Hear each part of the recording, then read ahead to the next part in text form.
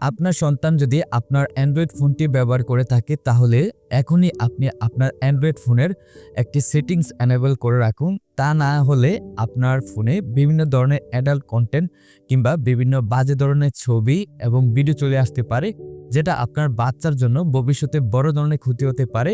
তবে ভিডিওটি শেয়ার দিয়ে রাখুন, কারণ সকল অ্যান্ড্রয়েড ইউজারদের কাজে আসবে, এবং এই আইডিটি ফলো করে রাখুন যাতে গুরুত্বপূর্ণ ভিডিও আপনার কাছে চলে আসে। এবং আমি দেখিয়ে দিচ্ছি আপনারা ফোনের কি সেই সেটিংস সেটা আপনারা এনেবল করবেন। ওকে, তার জন্য আপনারা আপনাদের ফোনের সেটিংসে চলে যাবেন। ওকে, সেটিংসের উপরে আপনি যখন ক্লিক করবেন নিচের দিকে স্ক্রল করবেন এবং স্ক্রল করে আপনি এখানে গুগলের একটি অপশন দেখতে পারবেন। আপনারা গুগলের উপরে ক্লিক করবেন। ক্লিক করার পরে আপনার গুগল অ্যাকাউন্টে আপনাকে নিয়ে যাবে। তারপর হচ্ছে এখান থেকে আপনি উপরে দুইটি অপশন দেখতে পারবেন, রিকমেন্ডেড এবং অল সার্ভিসেস। আপনারা এখান থেকে অল সার্ভিসেসের উপরে ক্লিক করবেন। তারপর আপনাকে আবার নিচের দিকে স্ক্রল করতে হবে।